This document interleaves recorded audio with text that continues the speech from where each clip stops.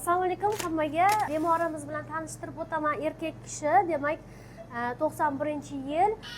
Bularda yo'g'on ichagini tekshirganimizda butunlay yo'g'on ichagida boshdan oxirigacha poliplar aniqlandi. Sog' ichak qismi qolmagan.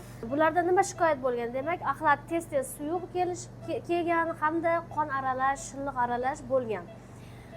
Hozir mana tekshiruvda ko'rishingiz mumkin, juda ham ko'plab poliplar, razmerlari ham har xil, 0,5 santimetrliklari bor, 2-3 santimetr, 4 santimetrliklari ham bor. Bu juda ham jiddiy kasallik hisoblanadi, chunki mana shu poliplar razmeri kattalashgan sari yomon sifatli o'smaga, ya'ni rak kasallikka olib keladi. Shuning uchun bularda har bitta polipni terishda iloji yo'q, imkoni yo'q. Juda ham ko'p, son sanoqsiz.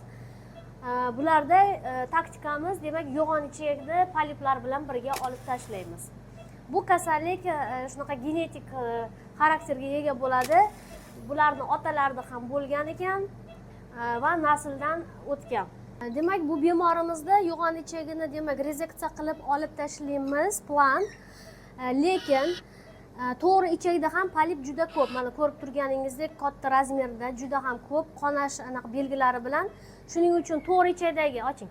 To'g'ri ichakdagi poliplarda hozir petlevoy koagulyatsiya, ya'ni shu kolonoskop yordamida bitta terib chiqilyapti to'g'ri ichakdagini. Keyingi etap operatsiya yo'g'on ichakda qolgan qismlarini olib tashlash bo'ladi, laparoskopik usulda. Hozir to'g'ri ichakni tekislab, to'g'rilab chiqamiz. Keyin esa mana shu to'g'ri ichakni tayyorlab olganimizdan keyin oching.